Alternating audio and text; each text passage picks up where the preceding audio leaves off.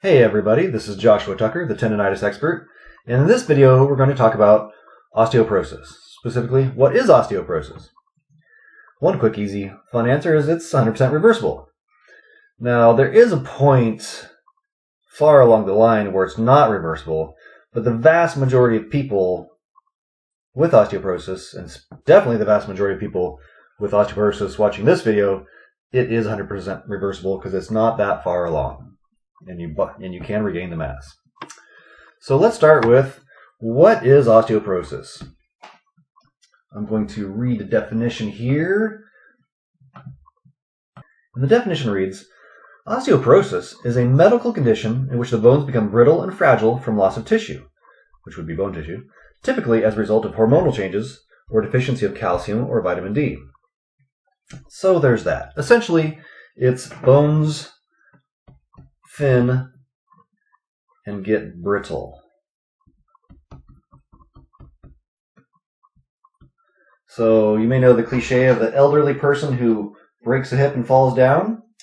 Actually, it's that the hip breaks due to osteoporosis and then they fall down because obviously the body can't support the weight. So obviously you want to keep your bones strong and healthy as possible. So let's talk about some osteoporosis basics. And I put A, B, and C, but I'm going to go over a few other things.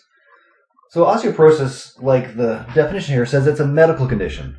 And technically that's true. I mean, it's medical, things are bad, and it can get really bad.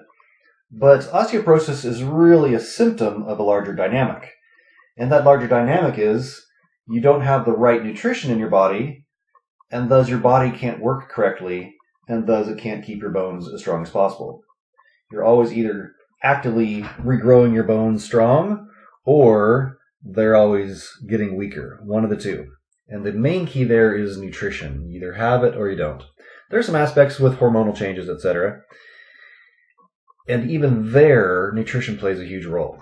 One could argue that the nutrition is of much higher importance than the hormonal changes. Because if you have the nutrition, even with the hormonal changes, your body still does what it needs to do and keep your bones strong. So one basic here is calcium. In our culture, calcium gets all the attention.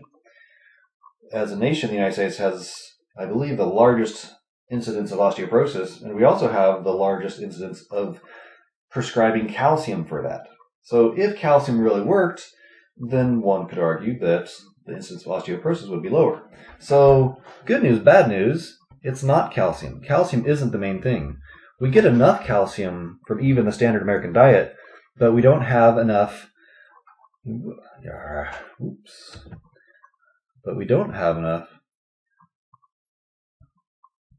magnesium and or vitamin D. So that's a nice segue into the next two. So magnesium and vitamin D are required for the body to effectively be able to utilize the calcium that you take in. And it's got to be both. If you have enough vitamin D but not enough magnesium, your body isn't going to keep the bones as strong as possible. And a little bit over time, your bones will get a little weaker, and then one day it'll be a problem. So ideally, depending on who you want to talk to, you want to keep your vitamin D levels between 60 and 80 nanograms per ml. 40 to 60 is fine, but 60 to 80 shows to be optimal. And magnesium is a tricky subject because the body's designed to keep the blood serum levels between or in range. So you're always going to test in range. But there's more to that story. So for this video, let's just go with you must have magnesium and enough vitamin D for your body to utilize the calcium. Long story short, you do that and your bones will stay stronger and recover. That's also what it takes to recover from osteoporosis, is giving your body what it needs so it can work correctly and keep the bone strong. I don't really know why I have those pretty pictures, but point being, it's all your bones. It's not just one spot or the other. Doot. Doot. Doot. Doot. Funny picture, yes, but all your bones are affected. They're all affected. The usual places you notice it is a hip. Hip's a big one. It's also that bending over posture that elderly people seem to get, like gravity is winning, and kind of it is, where they kind of hunch over and then their spine shapes to fit that and they're stuck there. That is also a function of lack of nutrition. Bones and muscles, etc., don't stay as strong and healthy as they could be, and it's kind of a one-way ticket unless you actively turn it around. Along those lines, is osteoporosis reversible? Yes. As I said, your bones are always either being kept up and kept strong, or it's a downward spiral into weaker and weaker and weaker, where your body's trying, but it doesn't have the building blocks it needs, so it can't keep the bone strong. So if you find that you're down here, your doctor's going to want to put you on not arthritis medication, they're going to want to put you on osteoporosis medication or prescribe calcium, and generally that doesn't get the results we want. So if you've gone to a doctor and you've gotten those prescriptions, make sure your bones are getting stronger. If they're not getting stronger, one could argue that it's not the best form of treatment possible. And again, you might want to look at magnesium and vitamin D as an effective form of treatment.